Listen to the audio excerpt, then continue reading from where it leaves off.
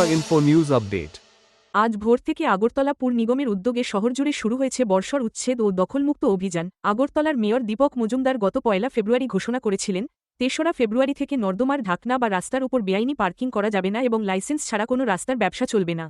সেই নির্দেশ মেনেই আজ ভোরে পুর নিগমের টাস্কফোর্স শহরের বিভিন্ন এলাকায় অভিযান চালায়।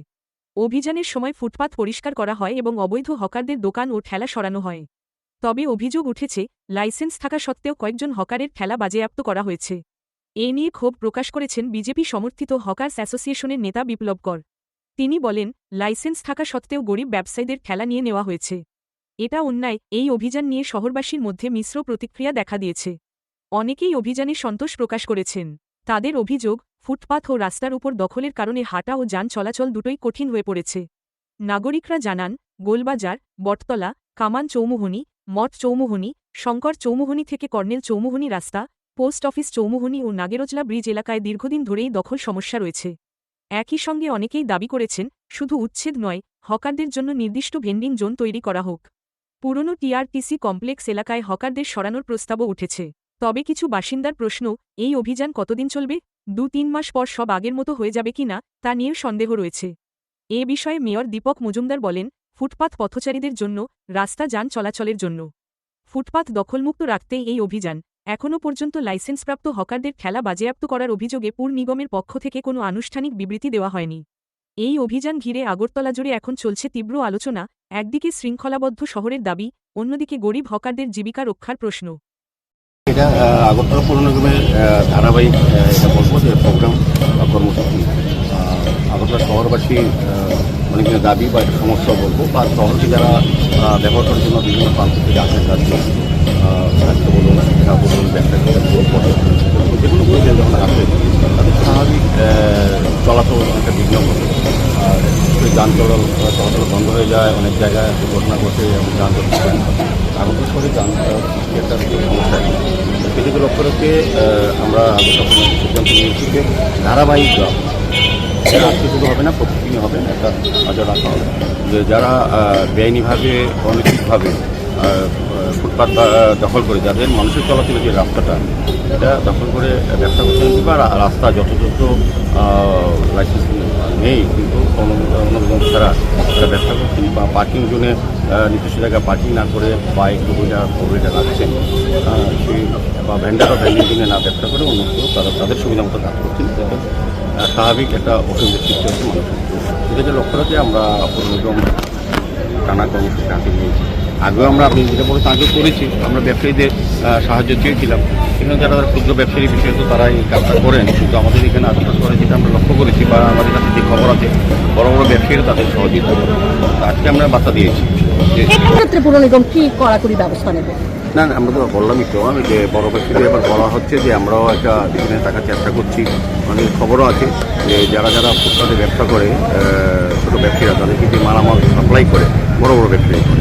এখন যেই দোকানে আমাদের যখন অভিযান চলে বা এর আগে যারা দোকানে মালগুলি রাখে, আমাদের ক্যামেরা আপনাদের মাধ্যমে অনেকের ছবি আছে, আমরা এটা গ্রহণ করে তাদের হিসেবে বাতিল করে দিই।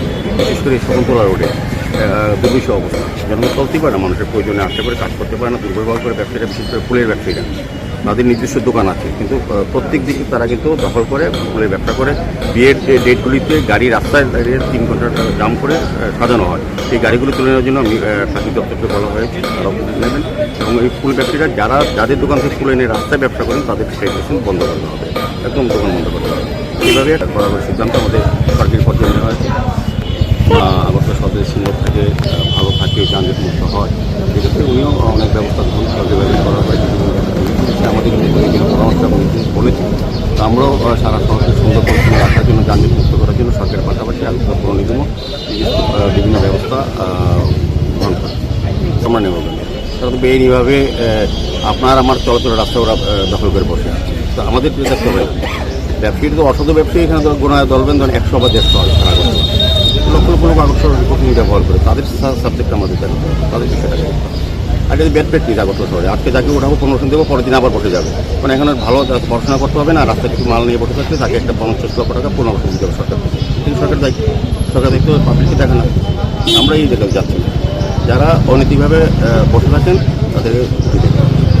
আর যেখানে আমাদের সুযোগ আছে, সরকার তো আমাদের মানবিক, মুখ্যমন্ত্রী প্রতিনিধি সরকার আমাদের অনেক অত্যন্ত মানবিক, বিশেষ করে গরিব অংশের মানুষের জন্য। আমরা তো অনেক জায়গায় ব্যান নিয়ন্ত্রণ করেছি, তারপর পার্কিং বিল করা দেওয়া আছে, যাতে যারা শহরে আসে বিভিন্ন কাজে আসে তাদের তো সাইকেল গাড়ি রাখতেই হবে। এটা তো নির্দিষ্ট পার্কিং জোন করা হয়েছে, পার্কিং জোনটা রাখবেন। কিন্তু দেখা যাচ্ছে যে ডিসিপ্লিন ম্যানেজাররা রাখেন না, অন্য অন্য শহরে মানুষ যেভাবে ব্যবহার করে শহরকে সেভাবে করেন না। সেই কারণে আমাদের শহর আস্তে আস্তে, তবে আমার বিশ্বাস যে আমাদের সরকার যেভাবে কাজ করছেন আগামী 1 বছরের মধ্যে পার্কিংয়ের এই যে সমস্যাটা যানজট সমস্যা মিটে যাবে। কারণ আমাদের multi level parking zone motor stand হচ্ছে 100-280 গাড়ি রাখা যাবে। আমাদের ফরেস্ট ব্রিজ যেটা হাওড়া নদীর পাড়ে যে স্মার্ট সিটি যে হাওড়া ফ্রন্ট ডেভেলপমেন্ট কাজ চলছে, এটা প্রায় শেষের পথে, সেখানে প্রায় 150 গাড়ি পার্কিংয়ের ব্যবস্থা করা হচ্ছে। আগরতলা শহরে কতটা গাড়ি চলে একসঙ্গে এই সময়? আমার মনে হয় যে আস্তে আস্তে আমাদের একটা ডিসিপ্লিন ম্যানারে একটা প্ল্যানিংয়ের মাধ্যমে শহরকে সাজানো হচ্ছে। আপনি দেখবেন আগরতলা অনেকটা পরিবর্তন হয়েছে। তো আমি ব্যবসায়ীদের বা যারা শহরকে ব্যবহার করেন তাদেরও বলবো যে সহযোগিতা করার জন্য, কারণ ডিসিপ্লিন ম্যানারে শহরকে ব্যবহার করে এবং পৌর নিগমের বা সরকারের যে সিদ্ধান্তগুলি আরক্ষা দপ্তর বা পরিবহন দপ্তর বা ট্রাফিক দপ্তর যে ব্যবস্থাগুলি নির্দেশ বিদ্যালয় মান্যতা দেওয়া হবে, এটা এই শহরের মানুষের জন্য করা হবে। কিন্তু আমার সহযোগিতা কিছু লোক তো করবে না, যারা ব্যয় নেবে তারা অখুশি হবে। সার্বিকভাবে আমি দেখেছি, আমি অনেকের সঙ্গে কথা বলছি এবং আজকে যে অভিযান শুরু হয়েছে এটা টানা চলবে। তবে আগে যে করেছি কিন্তু মানুষের বক্তব্য তারা আমাদেরকে, আমি অন ক্যামেরা বলতে পারবো না, হাজার হাজার লোক আমাকে কমপ্লেন করেছেন, নির্দিষ্ট ব্যবসায়ীর বিরুদ্ধে করেছেন, তাদের বিরুদ্ধে করেছেন, তারা দুর্ব্যবহার করে রাস্তা দখল করে বসে আছে। স্বাভাবিক মানুষজন শহরে আসে বিভিন্ন কাজে, তারা সুন্দরভাবে চলাচল করতে পারে।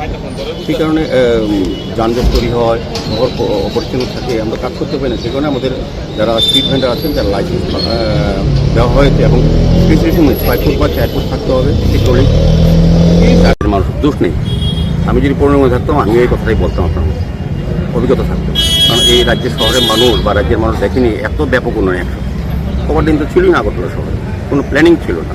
যত্রতত্র কিছু লোককে চাষ পেয়ে দেওয়ার বা মানুষকে সন্তুষ্ট করার জন্য ড্রেনেজ ছাড়া ড্রেনগুলি করার কোনো লেভেল ছিল না। এখন আমাদের যে কাজগুলি স্মার্ট সিটি মিশন বা পূর্ত দপ্তর বা নগরায়ণ বা পৌর নিগম যে কাজগুলি করছেন, নির্দিষ্ট প্ল্যানের মাধ্যমে প্রয়োজনটা অনুভব করে কোথায় কতটা জল দাঁড়ায়, কোথায় নিকাশি ব্যবস্থা ভালো করতে হবে, কী কারণে বৃষ্টির সময় এতটা জল এত ঘন্টা থাকে এই এলাকা, সেগুলি সামনে রেখে পরিকল্পনা মাফিক ড্রেনগুলি করা হয়েছে।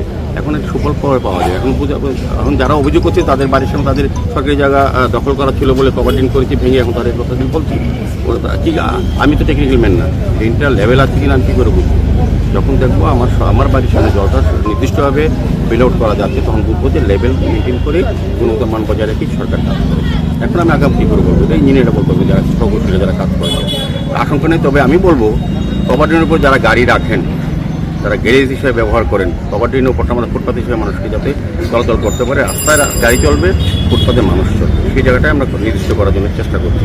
সেই জায়গাতে গাড়ি আজকে রাতের থেকেই গাড়িগুলি তুলে নেওয়া আস্তে আস্তে পর্যায়ে। একদিনই তো প্রায় আমরা 1200 উপরে গাড়ি আছে আগরতলা শহরে বিভিন্ন কভার ড্রেনের উপরে রাখে, আমাদের সার্ভে রিপোর্ট আছে বিভিন্ন এলাকায়।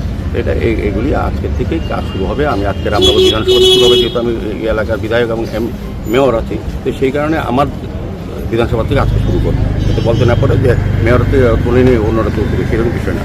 আমাদের পৌর নিগমে আমাদের সর্বসাধারণের চিন্তা ভাবনায় কাজ চলছে। এখানে কোনো পার্টি বা সম্প্রদায়ের বিষয় না, এখানে উন্নয়নের মেয়ে মানুষের যে স্বাভাবিক জীবনযাত্রাতে সচল থাকে, যাতে যান চলাচল ব্যাহত না হয়, সেদিকে লক্ষ্য রেখে পৌর নিগম আমাদের সরকার কাজ করছে। Subscribe to Tripura Info and press the bell icon so that you never miss any latest updates and news on Tripura.